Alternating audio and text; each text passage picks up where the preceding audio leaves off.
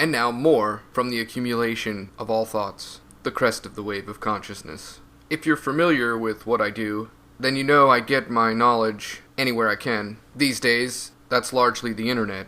All thoughts are shared through this artificial neural network connecting all the brains on the planet. A good analogy would be that we are the brain cells of this biosphere, or perhaps the universe. So these are not my thoughts, despite what pronouns may lead you to believe that I am saying. So going back to speaking in a Tier 5 perceptual paradigm, I've gotten more than a few puzzle pieces from this stream of knowledge that we call Veritasium. Much like when I learn music, taking from any source that I can to expand upon the possibilities and add them into the ongoing expression and manifest a new pattern, structural geometry, then with that manifestation or expression, I give back to that community something I refer to as inspiration currency, repaying them with more inspiration. So with the channels on YouTube and the rest of the internet, and the people that build it, becomes the crest of the wave of consciousness, and we drink from that cup of knowledge. And then right now I'm paying them back, as well as perpetuating the thought wave in order to manifest so that our future forms of consciousness can benefit the future forms that we will be part of. So it's much like the inspiration currency that I give back to the musicians, except it's, knowledge currency. This is the challenge of a YouTuber, which is, pushing that record button and actually filming something, because you never know, are people going to hate it? Or, is it good enough? Have you thought through what you're going to say? I have not thought through what I'm going to say. Oh wait, I'm supposed to be worried about whether or not people hate it? Nah, I can't be bothered for that. That would just slow down the progression of the wave of thought. And scripts have their place, depending on the intention. I like free-flowing conversation and just letting thoughts loose. Shine as brightly as you can. Okay, so I want to talk about the question of why is it that right now, when it is really easy to get access to facts and information, where you can just pull up your phone and look up anything in the world, why is it now that we have the most access to facts, do facts mean the least? This is what I want to know. The answer to this is pretty complicated, and I get into it in several different video series or videos. But simply put, when people accept what the facts are, it takes away their debate that they were having so much fun with, as if figuring it all out was some sort of sport for them to win at.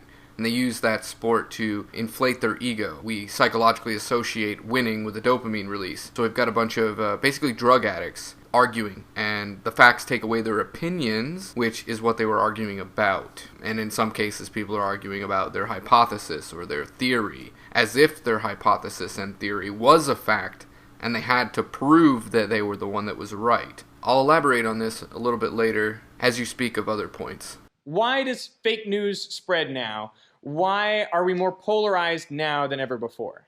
This polarizing effect is a product of the inability for basic critical thinking skills. We are not taught a starting point and a step-by-step process at arriving at either the facts of the matter or the most likely possibilities, and then having a rational way of understanding the difference between idea, opinion, hypothesis, theory, and fact. I actually came across someone on the internet the other day who said to me that scientific theories are fact, whereas other theories aren't fact. And I found that rather disturbing. I mean, they can't distinguish the difference between a fact and a theory. Chances are they can't distinguish the difference between an opinion and a hypothesis. When people can't even distinguish that, they have no chance of agreeing on anything. They don't know how to think in the first place. That's the truly polarizing effect that occurs from it that you're noticing. Critical thinking skills are not something that most people just invent out of necessity. And even if they're taught, they're likely not going to necessarily be that great at it. But we need to start preventing piss-poor thinking models. And I mention this a lot throughout my broadcasts. People even get insulted when I mention that they don't know how to think. They think that that's the same thing as calling them stupid. And I'll get into why that is a little bit later. And what I have to kind of admit to you is that I was a real optimist.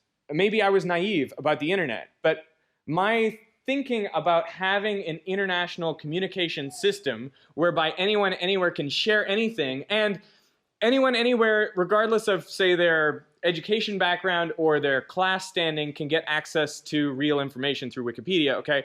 My thinking was the internet was going to make everyone happier and more informed, more educated, and probably more tolerant of others around them.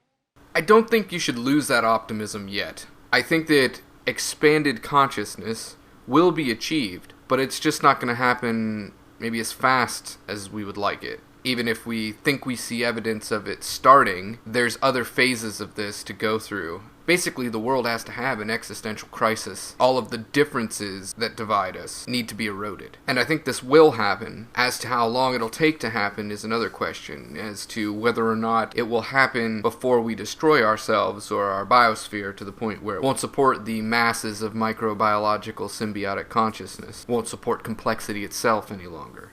Something I refer to as the complexity bubble popping. Ecological complexity bubble, if you will. But we are not going to achieve this expanded consciousness that we would like to see that you predicted until we can give everyone their time back. Because without their time, they're still just distracted on whatever previous goals that have been set in motion. And they haven't allowed the notion of self to die in order to escape self-affirmation. Give everyone their time back so that they not only can chase these missions that they think make their self-affirmation seem more tangible, but also to get bored of all of the things that they used to enjoy in the entertainment. And once they do this, they'll start to absorb other pools of information, inevitably. Start watching documentaries, they'll start watching your YouTube channel, for example, and consciousness will expand. And eventually, the understanding that the self is an oversimplification will become a realization, and then a certain amount of time to adjust to that, then the manifestation or expression of consciousness that exists thereafter will change its parameters, and expanded consciousness will be achieved at that point. Anything we can do to hasten this should be our main focus, which I have answers on how to do that as well, if anybody's interested and wants to help. And the reason why I think that the internet should make people more tolerant is because it should expose people to people who are not like them. Right? I mean, is this crazy? My thinking is that, like, as we have a platform to communicate with each other, people in diverse places, people with different interests from us, and we all have the ability to sort of debate and agree upon what is true, we all would become more accepting of the facts. So perhaps one day awareness will diverge and become consciousness, but I don't think that that's going to happen anytime soon. Maybe a few generations, depending on how we handle education reform, would be I would say the main contributing factor, drive this divergence or emergence of expanded consciousness, what we would like to occur, people like you and I would like to occur. But with excessive individualism and religious beliefs, there's such powerful cognitive bias that the opposite occurs when everyone gets to interact and see their differences. The insecurities of the blindfolded children of the universe running with scissors. They fill in the blanks with their opinions, and they become beliefs, and they construct their perception of self around their beliefs, and then when they are exposed to other beliefs, they start to doubt themselves. And if they admit that they're wrong, then in a sense it's allowing their self to die, and hence the existential crisis. Kind of like the processes of grieving the death of their perceived self, psychologically speaking, and realize that they didn't know what the fuck they were, and come to terms with that. Right now we are in the stage of exposure, and the exposure to these ideas is triggering fight or flight reflex, and either people will fight it and attack each other over their beliefs, which is, religious wars, basically. Now and in history. It's history repeating itself, like a wave of consciousness.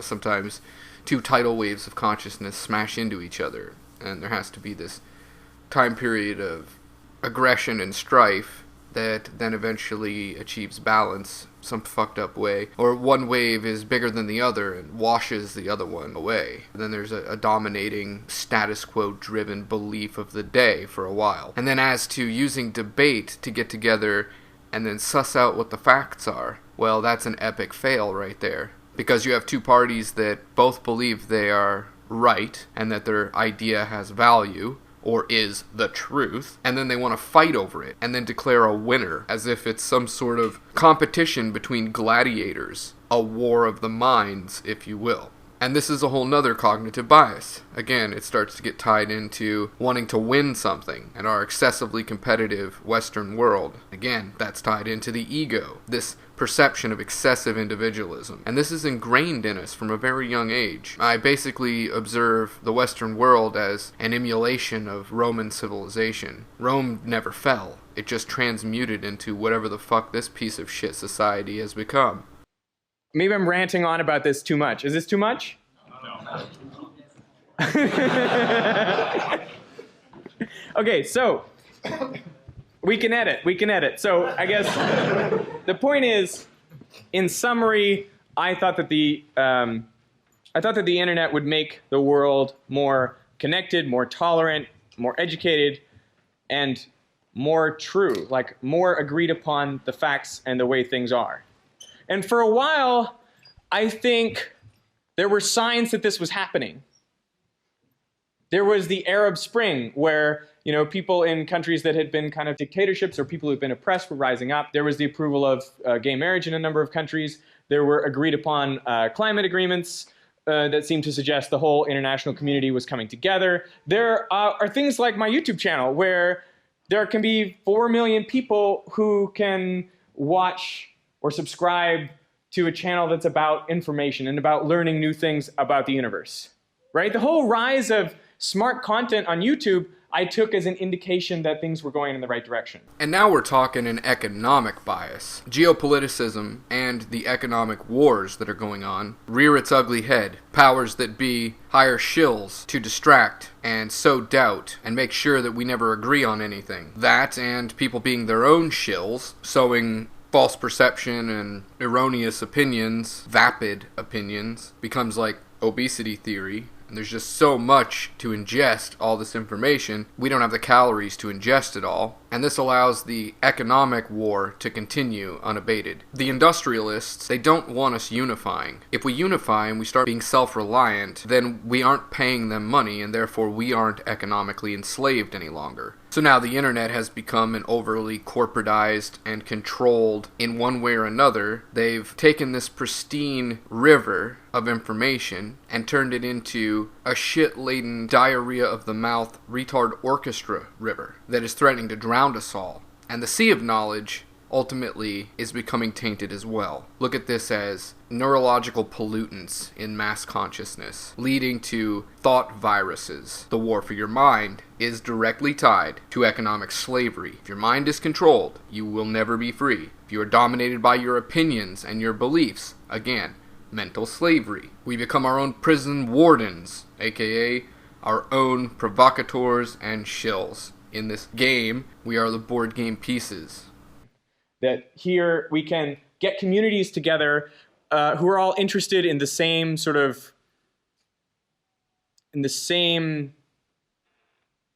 quite high-level phenomena. The same, like if I made a TV show, I could never convince anyone to make an episode about interpretations of quantum mechanics. I could never convince someone to make a video about pilot wave theory and go in as much depth as I went into in my videos. But on the internet, you can find that audience because you can aggregate across the whole world. So little niche audiences across every country can all come together and say, we want to learn this and we can support this sort of enterprise. You guys in agreement? Okay, now here's the problem. What I didn't think about was that other communities can form. Communities where people have particular agendas, ideological or religious, or people with extreme biases. Normally, they're not much of a force to reckon with because they are dilute in our populations. But on the internet, just like the people who love physics, people who hate science, or people with differing ideologies and people who are intolerant can find each other, and they can come together into these camps. So I think that starts to suggest why we have the problem that we have today. And then what do people do once they've found their communities, once they've found their people? Well, we have meetups, but we share things with each other online. And you can think about some communities that are really innocuous, like the communities of people who are cat lovers. who love sharing like pictures of kittens, and then someone gets the idea to write like a really cute phrase like "I can have cheeseburger" on a picture of a kitten, and then that little image tickles our brains in a way that is really strong and really incredible, and then that spreads throughout the internet. And what you have, in essence, is kind of evolution taking place, an evolution of ideas on the internet. And so I guess what I mean is, one person can post this picture of a cat, and then people can vary the phrases that are on it, and the best phrase is going to win out and get itself replicated and shared across the web more than any other. And the same thing happens with ideological arguments, right? If there's some sort of debate that's happening on the internet, different versions of arguments can pop up.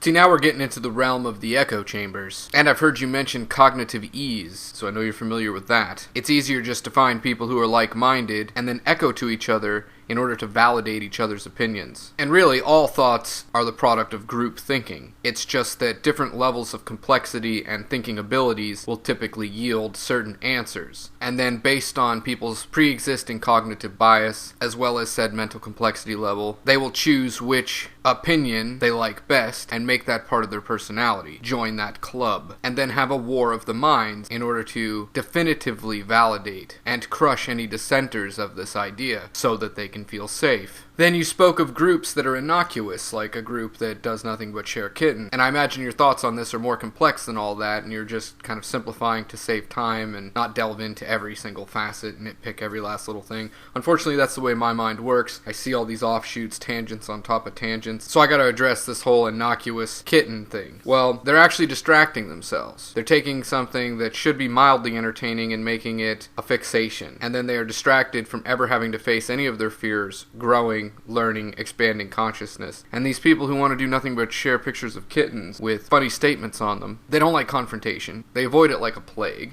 They don't even want to think about reality, or anything real for that matter, typically. Everything has to be sunshine and rainbows. They're the type of person who will ask you to not be so negative. You're giving them a bad vibe. Well, excuse me for being fucking real. How long is it going to take for them to get bored of cute kitten pictures? Do they have the time to get bored and move on to things that are real? It's one of the reasons why I make jokes in poor taste about kittens so often. I'm so sick of that phenomena. This thought virus of kitten obsession. And don't even get me started on the pet industry itself, that I will be ranting for an hour. And when you think about two groups on the internet debating, they're not really debating each other. Each community creates what they think the opponent's argument is. And then people within that community can tweak that argument to make it worse and worse and worse, to make it the most awful version of itself that pushes our buttons. And when it pushes our buttons, that's the stage where they're fighting about it. And they have to build up a straw man logical fallacy that they can easily knock down. And even if they're wrong, it doesn't matter because they know they're going to piss people off with it. If they can at least piss off their perceived opponent or enemy, then they can still chalk that up to a win, some sort, diluted as it is. Then we share it with everyone we know. And we say, look at what the other side is talking about. Look at how awful it is. And this is what I call the game of political popularity and painting your enemy in a negative light. It's rallying the village idiots to pick up the pitchforks and torches. They want help to create the metaphorical modern-day public stoning on social media. And we keep evolving the ideas to make them really, really bad. Those are the ones that get shared and spread just like in evolution. We're evolving arguments to make them the worst form of themselves, and then to make the pushback, even worse. And that, I think, is leading to this polarization. And what's worse, the internet is organized by algorithms. Algorithms that are designed to take the things that are most engaged with, that most push our buttons, that get us going and get us sharing and liking or hating, and they promote those even further. Yes, that most certainly does perpetuate this polarizing effect. It's divide and conquer. If we are divided, we continue to be enslaved, because we'd have to unify to escape it. We become our own prison wardens of the mind. The algorithms, these social media companies or corporations, overly corporatized again, they're just finding a way to monetize our hate. And this, I think, is where something like fake news comes in. How is it possible that during the last election cycle in the US, more fake news was spread and shared than real news? That is extraordinary.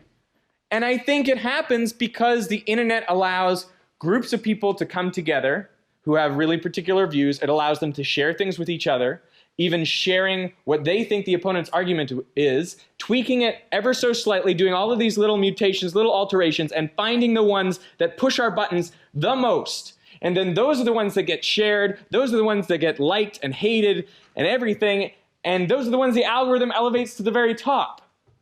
So rather than the internet bringing us together, rather than us converging around the facts, instead, the internet allows us to divide ourselves into factions and to have this crazy evolution of arguments, which is facilitated by the algorithms, pushing us ever further apart. Ah, smart people, they're fucking awesome. Are they not? Come on, people, you gotta recognize greatness. Love your stuff, Veritasium. And yes, complete agreement, divide and conquer. That's where we're at with this. Now, the sharing fake news more than sharing real news, it's a bit arbitrary. I mean, I look at pretty much 99% of the population as completely fake as fuck, so I stopped watching the quote-unquote real news a long time ago. It's a waste of fucking time. It's just a big shit show and a distraction. I mean, every now and then there is truth mixed in there. You could say the same thing about the fucking Bible. And then people sharing fake news over the real news and not paying attention to politics is because we know that no matter who gets voted president, it isn't gonna fucking matter. Nothing's gonna fucking change because the entire government is bought and paid for by corporations, and the whims of the rich are gonna continue to manifest until the rich realize why not to do it. And that's where the thought wave comes in. That's where expanded consciousness becomes a necessity. The most important thing of all of our endeavors should be focusing on facilitating this expanded consciousness. And people are addicted to entertainment. So fake news, quote unquote fake news, is more entertaining than real news. And when people get on the internet or YouTube, they're looking for entertainment. They're not looking for education. Again, they haven't had the time to get bored of entertainment. Still children, basically. Doesn't matter what their age is. Age is mostly arbitrary. Or I should say most aspects of what we consider to be age and maturity are arbitrary. And that's another tangent I'm not going to get into here. Likely part of the reason why Trump is so successful is because he was entertaining. So people actually paid attention. WWF, political shit show. The F stands for fake. And that is the best that I've been able to reason about why we now care less about facts than we ever did before. Because deep down, each one of us is based on confirmation bias. We naturally go out into our world and we seek things that agree with what we think, rather than looking for things that disagree with what we think. That's an innate human trait. As you can see in my video, Can You Solve This? Yes, confirmation bias, cognitive ease, basically afraid to let our ego take a hit and admit that we were wrong. It would be accepting that we wasted calories. It would be accepting mental weakness. And it would mean we'd have to put forth a bunch more effort to figure out what we were doing wrong with our thinking, which is facing expending a whole bunch of calories. I've always taken issue with the whole human nature label. Again, I don't really subscribe to speciesism anyway, so human, what is human? What is human nature? We're products of our environment. Purpose of English is to give meaning to the meaningless. So it's a placeholder. It's an arbitrary label to describe something that we think we see. It's exactly what you were talking about in the Can You Solve This video. We want to confirm that things are human. I look at this as neurological and biological, physiological, because we only have a certain amount of calories that we can spare to think with, basically. And that's what perpetuates that cognitive ease. And then the linear tracked mind is more likely a product of environment. You know, we are raised in this controlled way, especially with school curriculum. Everything is 1 + 1 = 2. And that becomes a thought model, a go-to shortcut of the mind. You know, like multiplication tables, except for abstract thinking, in this case, linear thinking. I think the real problem here is that it's oversimplification, logical fallacy, as a product of all those physical things I was listing. And then that produces the way we teach, and it produces the way that we even form a religious belief, and then we use those religious teachings to imprint these shortcuts, these thought modeling. I cover this in Cultural Bridges of Doom a bit. And that in itself becomes a thought virus, a corruption, or a mental disorder, if you prefer that label. I define insanity as a logical fallacy braided with cognitive bias. When I entered the chrysalis and began the metamorphosis towards scientific enlightenment, I decided that after stumbling a bit in trying to figure out how to think in the first place, mind you, I didn't have any help in this. After a while, I realized that efficiency was an issue because there was too much to examine, and that's when I started looking at things from a standpoint of, rather than right or wrong, multiple possibilities with fluctuating fields of probability. Then I created critical thinking models that would reflect this fluctuating field of probability. Like you were saying, having trouble proving a theory sometimes. Don't try to prove things. Again, scientific method, it's all within the realms of possibility. There is no argument. Someone comes to me with a theory, I say, oh, well, that's an interesting theory. What value do we put on that? Not, it's right or wrong, now let's argue about it. You see, with this increase in complexity, which is part of the thought revolution, we eliminate that divide. When people know how to think, we have solace in science. We have power and enlightenment.